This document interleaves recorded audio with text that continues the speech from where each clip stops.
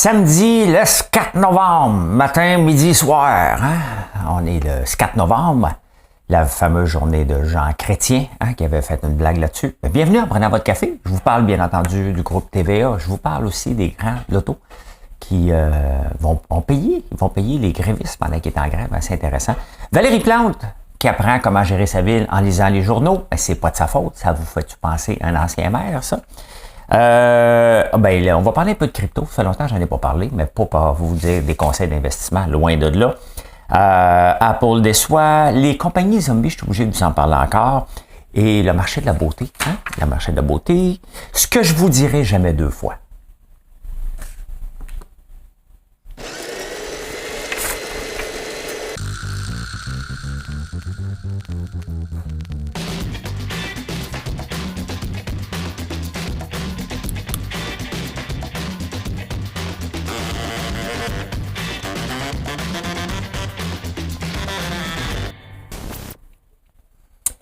Avez-vous fait un like? Vous êtes-vous abonné? Je sais que c'est fatigant. Maudit que ça m'énerve Katie. Mais bon, je fais ça parce qu'il y a des gens qui m'écoutent tout simplement. C'est sûr que s'il y a personne qui m'écoutait, je le ferais plus. Je ferais juste lire les journaux, puis je garderais ça pour moi. Mais vous êtes de plus en plus. Fait que voilà, pour que je vous demande, hey, écoute, on va parler de TVA. Tu sais, des fois, moi, je fais pas la nouvelle. Des fois, vous me dites, hey, t'as pas parlé de ça. Je fais pas la nouvelle. C'est pas comme TVA annonce des coupures au 547. Non, je donne mon opinion, puis je donne un angle, comment je vois ça et comment j'aurais fait dans la peau d'un entrepreneur, d'un dirigeant d'entreprise. Et TVA, pour moi, c'est, OK, ils vont couper 547 personnes. C'est un drame humain, là, on le sait. OK, il n'y a personne qui perd sa job, que c'est parfait. Là. Surtout à l'approche de Noël, c'est-tu pire, c'est-tu mieux? Il n'y a jamais de bon moment pour perdre sa job. C'est pas la faute des GAFA, OK? C'est la faute du CRTC. Faut pas l'oublier, là. Il y a tellement de règles. Les postes de télévision là, sont en train de vivre exactement ce que Kodak a vécu, refuser de se moderniser. Qu'est-ce qu'on veut écouter? On veut être mobile. On veut commencer quelque chose sur notre ordi, le terminer dans le salon. Idéalement, ça serait à travers des écrans, des gros écrans. Mais on nous offre pas ça. On nous offre un décodeur et il faut l'écouter là. Là, maintenant, si on enregistre quelque chose, on peut l'écouter dans des postes différents. Mais c'est ça qu'ils nous ont offert. Ils nous ont dit, viens t'asseoir dans le salon à telle heure, on va écouter. C'est terminé. C'est pas le GAFA, ça. C'est pas Google, c'est pas Facebook. Est-ce qu'il a enlevé des revenus publicitaires? C'est nous autres. C'est nous autres. C'est pas eux. Eux nous ont offert un produit qu'on voulait. C'est ça la concurrence. Au lieu de s'obstiner à offrir la même affaire, regardez, vous m'écoutez en ce moment sur YouTube. Pas le GAFA, là. C'est que je vous offre un produit qui, j'espère, vous apprécie. Sinon, vous n'êtes pas là. Donc ça, je n'ai pas ce show-là à la télévision. Je le fais ici. Donc, les 2-3 000 que vous m'écoutez par jour, c'est 2-3 000 personnes que peut-être vous n'allez pas aller écouter les autres nouvelles parce que je les ai données dans le format que vous appréciez. Peut-être vous allez aller revoir ailleurs. Mais c'est ça. Il ne faut jamais oublier qu'il y a de la concurrence. Et c'est ça qu'eux ont oublié. Maintenant, pour annoncer des coupures, des fois, les entreprises attendent et espèrent. Ils ne veulent pas avoir l'air d'un mauvais citoyen corporatif, donc ils gardent les gens en place. Là, maintenant, il va falloir voir, est-ce que le produit de TVA va être différent avec moins de 547 personnes que ce qu'on nous offrait avant? Est-ce qu'on va demander plus? Est-ce qu'on c'est le temps de se moderniser? Je vous en parle. Regardez, j'embauche pas cette année pour le temps des fêtes. Des virgules, mais j'embaucherai pas. Massivement comme l'année passée. Pourquoi? Parce que ça n'a rien donné. On a eu plus de business, plus de troubles, et surtout on était mal organisé. Là, on s'organise depuis des mois pour le temps des fêtes.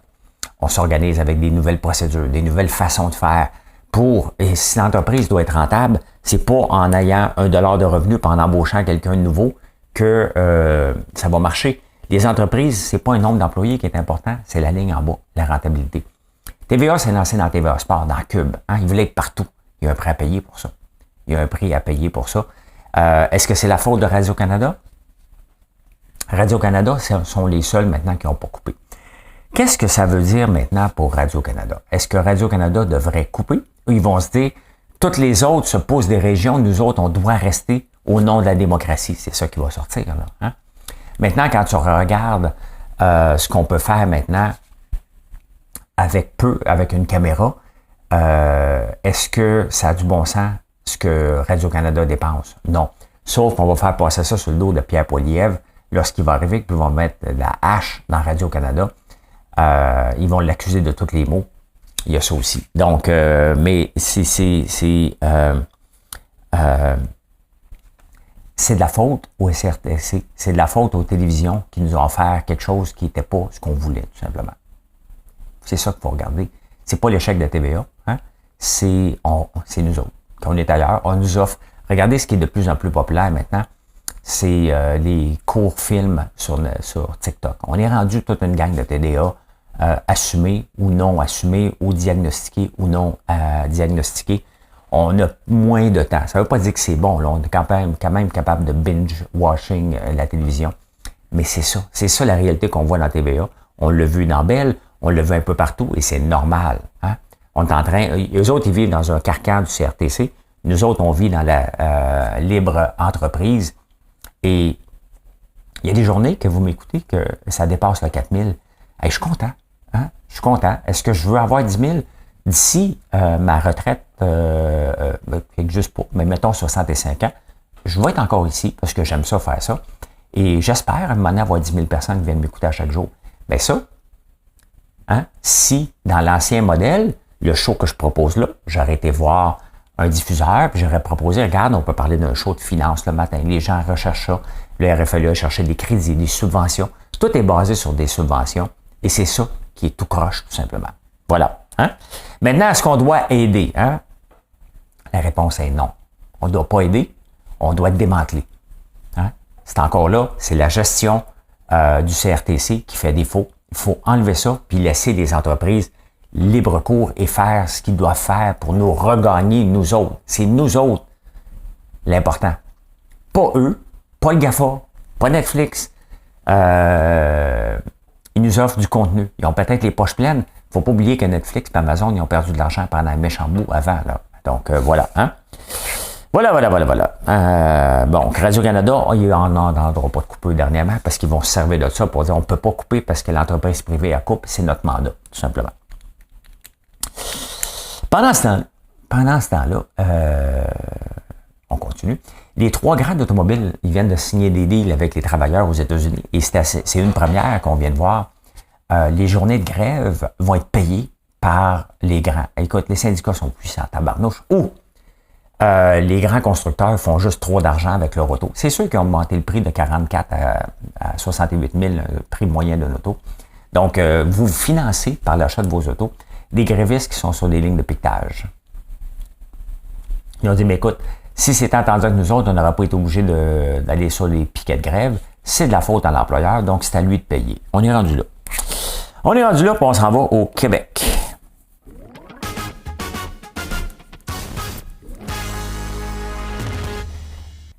J'habite peut-être Montréal, mais je regarde beaucoup ce qui se passe à Québec. Vous savez que j'aime ça, aller à Québec régulièrement. Mais on va parler de Valérie Plante. Hein. Valérie Plante, cette semaine, qui s'est fait mettre sous le nez que les permis de construire avaient des délais de plus de 38% depuis qu'elle était là. Elle ne savait pas. Hein? Elle dit, bon, maintenant, on va s'en mêler, on va regarder ça. Là. On va mettre une escouade, c'est sûr, hein, une escouade permis, probablement. Comment ça se fait que tu es une maître? Vous allez me dire, ben non, mais c'est gros, elle a autre chose à faire. Non, il y a une crise du logement. Il manque de logement, c'est la mairesse de Montréal. La première chose à faire, c'est de s'assurer qu'il y a plus de logements. Donc, ça devrait être sa priorité. Elle devrait arriver, comme moi, je regarde mes ventes à chaque jour, combien de sérum j'ai vendu, combien de crème, combien de popcorn, je les sais tous mes chiffres. Donc, elle devrait regarder combien on a de nouveaux permis, combien on a de nouvelles constructions. Ça devrait être son obsession. Pas le foutu Mont-Royal que les gens l'ont mis au pouvoir pour sauver le climat. Ça fait partie des à côté, ça. Pas de donner des bonbons à une nouvelle famille, un petit panier de 200$, personne n'a demandé ça. Hein? Il y a une famille qui dit, moi, j'aimerais ça un cadeau de la mairesse. Hein? Ça, c'est complètement stupide. Comment ça se fait qu'elle est obligée d'apprendre ça dans les journaux? Parce qu'elle fait du Gérald Tremblay. Elle ne gère pas. Hein? Elle ne gère pas. Elle ne sait pas. Le problème, c'est que pour gérer, il faut que tu saches comment gérer. Elle ne le sait pas, tout simplement. Donc, elle dit qu'elle va regarder ça. Elle a mis un plan en place de logements sociaux, 20-20-20. Donc, dans tous les gros buildings, il faut que tu ailles des logements. Ça n'a pas de bon sens. Hein? Pour voir si un multimillionnaire avec son penthouse en haut veut avoir quelqu'un sur l'assistance sociale en bas, ça n'arrivera pas. OK? Ça n'arrivera pas. Puis ça n'arrive pas. De toute façon, il n'y en a seulement qu'un seul de 86 logements depuis qu'elle met ça en place. Les autres payent la pénalité. Fait que là, elle voit très bien que les constructeurs veulent rien savoir de ça. Les acheteurs de condos veulent rien savoir parce que si les constructeurs ne le font pas, c'est parce que les acheteurs de condos veulent rien savoir de cette mixicité-là, que ce soit bon ou mauvais. Là. Je ne suis pas en train de juger ça. Je vais juste vous dire la réalité du terrain. Hein? Qu'est-ce qu'elle dit, elle? On va monter la pénalité. Parce qu'il y a une pénalité si tu fais un building qui n'a pas ça. Elle dit, ben OK, on va monter la pénalité d'abord.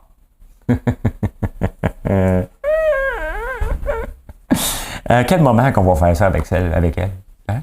Ben, merci beaucoup. Maintenant que je me suis coupé les cheveux un petit peu, peut-être que je peux me présenter maire. Hein? Ça n'arrivera pas. Pendant ce temps-là, un marchand qui veut absolument avoir son tramway a dit, bon, parfait, personne ne veut m'aider. Poiliev a dit, moi, je ne mets pas plus qu'1,2 milliard là-dedans. Il dit, parfait, moi, le gérer moi-même. Man, c'est parce que tu étais un maire en running shoe. Là. Commence par nous montrer que tu sais gérer avant de foutre le bordel dans la ville de Québec. Là. Est-ce que Québec serait beau avec un tramway? Ben oui. San Francisco est très beau avec le cable car. C'est très, très beau. Avez-vous vu l'état de la ville de San Francisco? Ça n'améliore pas une ville, un tramway. Il reste qu'il va y avoir des fils partout et la population ne veut pas. Puis de toute façon, c'est compliqué, ça a l'air et ça coûte cher. Donc, est-ce qu'ils doivent le faire? Ben c'est ça quand on met des maires qui sont gauchistes, qui sont... La gauche, là, ça veut pas dire, regarde, on dépense l'argent sans compter. Ça veut dire, regardez, on va s'assurer que les gens les moins démunis sont couverts par nos programmes sociaux. Est-ce qu'on doit prendre l'argent des riches? Non. Est-ce qu'on doit sortir les gens de la pauvreté en leur donnant des outils? Pour moi, c'est ça, la gauche. La gauche, ça veut pas dire on dépense sans compter, parce qu'on s'en balance, on sera plus là quand la facture va arriver. C'est de même que ça pense, la gauche. Hein? Fait que voilà, hein, on n'est pas gâté à Montréal, on n'est pas gâté à Québec, puis ni à Toronto non plus. On a mis une série de maires gauchistes et on peut le voir à travers le monde. La Nouvelle-Zélande avait une gauchiste, maintenant c'est un gars de complètement à droite. En Islande aussi. Donc on voit certains pays qui s'en vont de plus en plus vers la droite après avoir goûté à la gauche. Nous autres, on a Justin Trudeau puis l'NPD. Ça a coûté cher. Hein? Ça a coûté cher avoir quelqu'un qui nous a montré les voies ensoleillées. Hein? Qu'est-ce que j'ai marqué d'autre ici? Ah, ben il y a Hydro-Québec. Il y a tellement de choses aujourd'hui.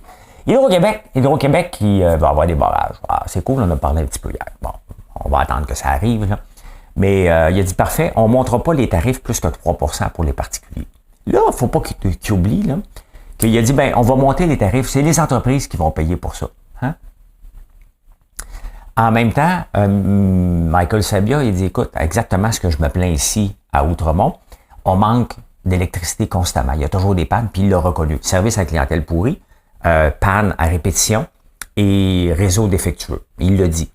Là, en même temps, ben, le citoyen que je suis, que vous êtes peut-être un entrepreneur aussi, et lui, il a dit, ben, parfait, on va faire payer les entreprises. Je rappelle qu'on vient de nous monter l'électricité de 7,47% aux entreprises pendant qu'on a monté moins les particuliers. Le même particulier est aussi entrepreneur. Tu sais, à un moment donné, là, faut arrêter que le gouvernement nous saigne par en dedans parce qu'à un moment donné, ça finit par exploser, il n'y a plus rien. Hein? Quand on enlève, mettons qu'on a un cancer, qu'est-ce qu'on fait? On va enlever un demi-poumon, on va enlever un rein. À un moment donné, il ne reste plus rien. Donc, le gouvernement, il ne peut pas nous augmenter les tarifs d'électricité à l'infini parce qu'il faut refiler la facture à quelqu'un d'autre. À un moment donné, on n'est plus capable de la refiler, puis on est obligé d'arrêter, tout simplement, les entreprises.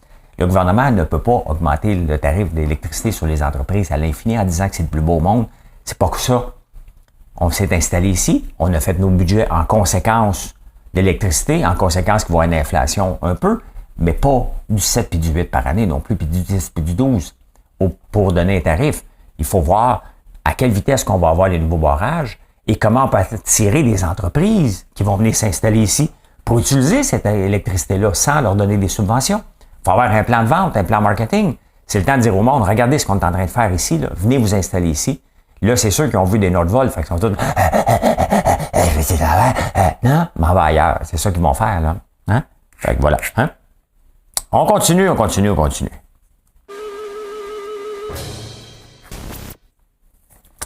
Un petit clin d'œil sur la crypto que j'avais jamais cru que j'ai venu faire un tour en crypto l'année passée. Ça m'a coûté une couple de dizaines de mille de dollars parce que j'y ai cru. J'y croyais pas, j'ai commencé à y croire jusqu'à temps que je me rends compte que c'est un monde de bandits. Et la preuve, c'est que SBF de FTX s'en va en prison pour à peu près 110 ans. Ça n'y est pas aux États-Unis, hein?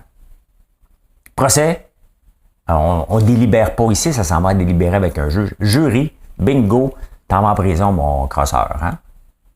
Parce que c'est ça. Les employés, eux autres, qui ont travaillé dans ce monde-là, ils l'ont vu. Comment ça se fait qu'ils vont pas en prison, ils vont avoir des procès? Hein? Tom Brady, comment s'appelle son ex-femme aussi? J'ai un blanc. Mais Tom Brady, qui était un des ambassadeurs là-dedans, est-ce qu'il va avoir un procès lui aussi? Tu sais, à un moment donné, comme ambassadeur, là, hein, lorsque tu représentes une brand, un brand, une marque de commerce, il faut quand même que tu fasses un peu tes vérifications diligentes. Et c'est le moment, en ce moment, je pense, pour la justice canadienne et américaine de mettre un break. Ils l'ont fait en France, hein, pour les influenceurs, de dire, écoutez, là, faites vos devoirs, vous ne pouvez pas dire n'importe quoi non plus, parce que les gens vont vous croire. Le fait que Tom Brady, puis que, c'est-tu Geneviève, Colin, pas Geneviève, en tout cas, ont promu la crypto, il y a un paquet de gens comme vous et moi qui se sont fait avoir, qui ont embarqué là-dedans. Eux autres aussi devraient être tenus responsables de ça par la bande. Hein? C'est comme, tu sais, des fois, tu as un meurtre au premier degré, puis l'autre deuxième, c'est involontaire. Ben peut-être c'est involontaire, mais ils ont commis un crime, selon moi aussi, de s'associer avec quelqu'un qui fourrait le monde. À un moment donné, il faut aller voir les chiffres. Tu peux pas juste dire ça, surtout pas quand tu es aussi gros que Tom Brady. Mais ça prouve qu'enfin, il y a du ménage dans la crypto. Il n'est pas terminé. C'est pas le temps de rembarquer dans la crypto. Donnons-nous encore un bon 5 ans que le ménage se fasse, que ça devienne réglementé. Les gens ne voulaient pas de la réglementation, puis regardez ce que ça a donné. Hein? Ça a donné une bande de bandits au nom de faire de l'argent en cachette. Parce que c'est ça que les gens, quand ils disent « je veux pas de réglementation », je veux faire de l'argent en cachette, puis je veux pas le déclarer. C'est ça que ça voulait dire. Maintenant, vous avez tout perdu de l'argent, pas en cachette, hein, au su et au vu de tout le monde. Voilà.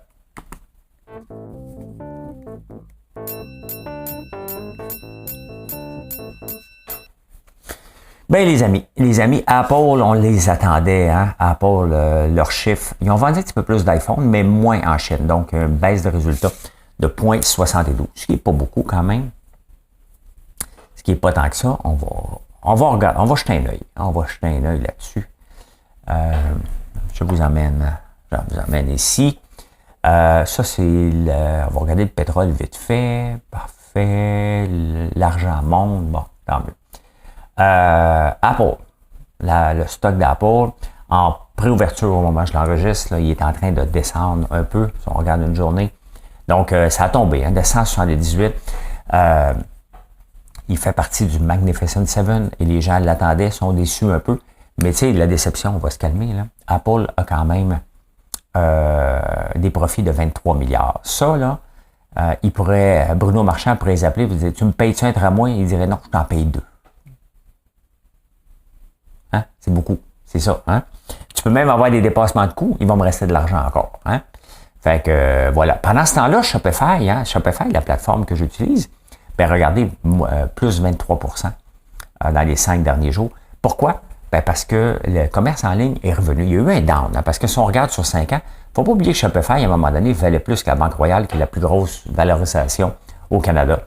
Donc, ça a déjà monté à combien? 200 $. Là, ça remonte, 82 $. Il y a quand même une augmentation de 340% sur 5 ans. Sur 6 mois, ben regardez, ça avait descendu. Là, ça remonte. Pourquoi? Parce qu'ils ont mis 10% de leur staff. Il y a un moment donné, Shopify voulait faire concurrence avec Amazon en ayant des entrepôts, comme des gens comme moi. Ils rapportaient dans l'entrepôt Shopify pour livrer plus rapidement encore. Bon, on est capable de livrer de toute façon, sans ça, en dedans de 24 à 48 heures. Donc, Shopify était venu jouer là-dedans. Ils ont congédié 2300 personnes, 10% du staff. Et l'action se porte très bien. Parlant d'action, on va aller voir vite fait. TVA, j'ai pas regardé l'action de TVA. TVA stock.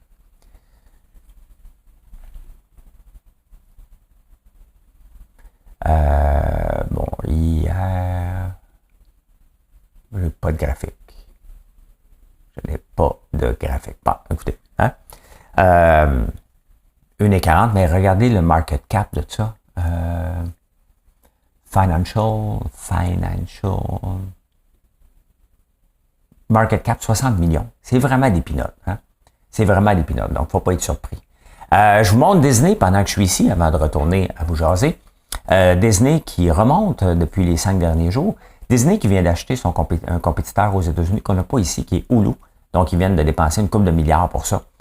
Donc, il reprend du poil de la bête un peu parce que Disney aussi a mangé une bonne volée en 5 ans. Hein? Ça avait touché 191 piastres et ça en vaut 83, donc c'est 50% de moins de valeur. Hein? Les compagnies zombies, je suis obligé de vous en parler encore. Le Russell, je vous parle rarement du Russell parce que je vous parle souvent du S&P 500. Donc, dans le fond, aux États-Unis, il y a des indices. Hein? Dow Jones, les 30 plus grandes entreprises, pas les plus grandes, mais les 30 grandes entreprises qui représentent bien l'État, donc Coca-Cola est là, DuPont est là, donc 30 grandes entreprises aux États-Unis. Tu as Nasdaq. Hein? Nasdaq, c'est 100 entreprises en technologie. S&P 500, des entreprises, les 500 plus grosses entreprises cotées à la bourse sont dans cet indice-là. Hein? Ensuite, tu as le Russell 3000, les petites entreprises, petite capitalisation, je pense que c'est en bas de 125 millions. Donc, ces entreprises-là, parmi ceux-là, ceux qui performent le mieux, c'est ceux qui ont un bilan. Parce que on parle souvent d'état des résultats, donc revenus dépenses. Ça, c'est l'état des résultats. Le bilan, c'est actif, passif, équité. Hein? Et les entreprises qui performent le mieux en ce moment dans le Russell 3000, ce n'est pas les entreprises qui ont le plus de revenus, parce que je viens de vous en parler tantôt au point de vue revenus et dépenses. Hein? Cette année, je vous ai dit, j'embauche pas de staff pour Noël. On s'arrange avec ce qu'on a. On vous incite, les entreprises, à faire vos commandes avant le mois de décembre pour pas arriver tout en même temps. Faut pas créer un entonnoir et embaucher, puis dans le fond, ne pas faire des revenus supplémentaires, des profits supplémentaires. On est là pour en faire. Une entreprise doit faire des profits. Donc, toutes les entreprises qui se sont endettées, toutes les entreprises qui ont fait leur business case avec un taux d'intérêt à 1 à 2 % alors qu'aujourd'hui, il est à 7 puis il est à 8, ces entreprises-là, donc, là, ils ont un bilan qui n'est pas tellement beau. Hein? Ils ont trop d'intérêt, ils ont trop de dettes. Et la dette, ça s'en va au passif. Donc, ceux qui ont un bilan qui est propre, hein? Mais qui ont des revenus moins, parce qu'il y a des secteurs qui sont moins forts que d'autres en ce moment. Donc, ceux qui ont moins de ventes, hein? Au point de vue, parce qu'on parle juste de ça dans les résultats financiers. Hein? Je n'ai pas parlé des actifs d'Apple, je n'ai pas parlé des actifs de Shopify, je vous parle tout le temps revenus, dépenses, profit. That's it. C'est la seule chose qu'on regarde. Alors que là, étant donné que beaucoup d'entreprises qui ont eu trop d'argent gratuit facilement, on commence à regarder l'état du bilan. Hein? C'est qu'est-ce qui reste à la fin? Actif moins passif égale équité. Vous avez ça aussi, vous autres, avec votre maison, entre autres. Hein? Bien, c'est ça. Ces entreprises-là, même s'ils ont moins de revenus, s'ils ont un bilan qui est sain maintenant, ce sont ceux qui performent le mieux. Et c'est rare parce que normalement, on ne parle que de revenus. Donc, c'est des entreprises, ceux qui ne vont pas bien, que l'équité est presque à zéro ou négative parce que ça arrive. Bien, ces entreprises-là, c'est des entreprises zombies qui sont appelées à fermer dans un avenir plus rapproché qu'on le pense. Hein? Le marché de la beauté, vendredi matin, quand je parlais avec les gens sur YouTube, ils me parlaient que Nathalie Simard se lançait dans le cosmétique. Je suis dans le cosmétique aussi. Il y en a un paquet. Il y en a un paquet de petits qui essaient de se positionner. J'en fais partie avec les produits qu'on développe sur notre ferme, avec des produits qu'on fait pousser idéalement, la majeure produit sur notre ferme. Regardez le shampoing revitalisant, huile de soya, huile de tournesol, miel. Donc, après ça, il y a des produits pour en faire un shampoing revitalisant. Mais il y en a un paquet, puis c'est normal. Pourquoi? Parce que le marché est en pleine croissance du cosmétique. Hein? La business de la beauté est en pleine croissance. C'est le PDG de L'Oréal qui dit, écoute, le marché en ce moment est de 230 milliards. On pense qu'en 2030, il va être de 400 milliards. Donc, on veut tout avoir une partie. Moi, ça fait partie de mon modèle d'affaires hein, depuis longtemps. C'est pas la première. On avait déjà les crèmes désirables faites à base d'eau d'érable. On commence à étirer la gamme avec la citrouille, avec le sérum, donc d'autres types de produits. Donc, c'est normal. Donc, j'ai vu Nathalie Simard, j'ai pas été voir son site encore, mais vous allez en voir d'autres, des comme moi, hein, qu'on essaie de se positionner. Il n'y a personne d'entre nous qui va avoir 1% du marché. Là. Ou dans le monde du savon, je peux viser d'avoir 1% du marché. Dans le monde de ce cosmétique, il y a ben trop de monde, beaucoup trop, mais nous, on se démarque avec les produits de la ferme, des produits de haute qualité qui font le job et qui sont abordables aussi. Donc, voilà, mais c'est un marché en pleine croissance.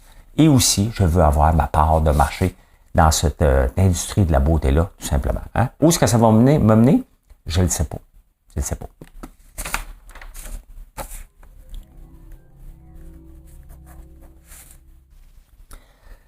Là, écoutez-moi bien, là, parce que je ne le répéterai pas deux fois. Là, OK? OK? Vous savez que je suis dans l'industrie du popcorn, puis on dit, qui dit film Netflix and chill veut dire popcorn.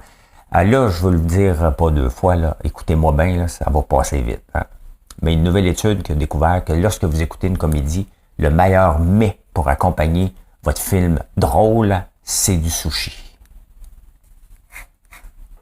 Je le répète pas.